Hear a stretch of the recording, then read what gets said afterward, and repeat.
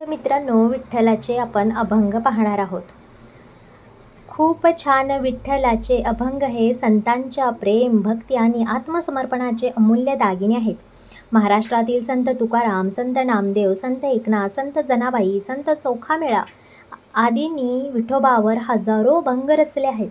येथे काही प्रसिद्ध आणि महत्त्वाचे अभंग मी तुमच्यापर्यंत घेऊन आलेले आहे. तर संत तुकाराम महाराजांचा अभंग आहे.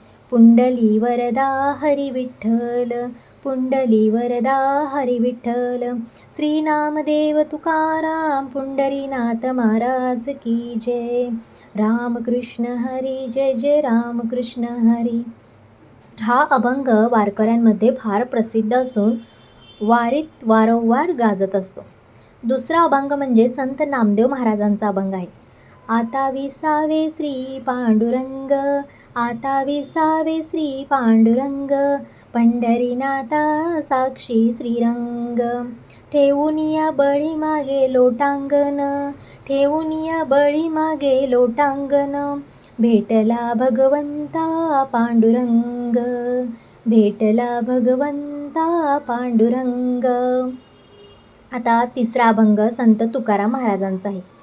आम्ही जातो आमुच्या गावा, आम्ही जातो आमुच्या गावा, आमुचा राम राम घ्या रे, आमुचा राम राम घ्या रे, विठ्ठल नाम मुखी घेता माघारी कोण पाहे रे.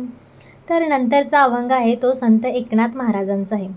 गेले दास पंढरीनाथांचे, गेले दास पंढरीनाथांचे, अंगा देही हरी पाठ, मुखी नाम गोडी लाभली, पंढरी नगरी सौख्य साचले.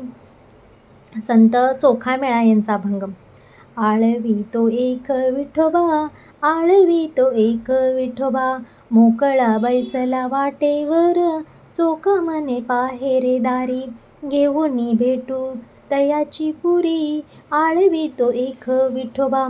तर असे अनेक अभंग आहेत जे आपल्या मराठी संस्कृतीला लाभलेलं खरा दागिना आहे.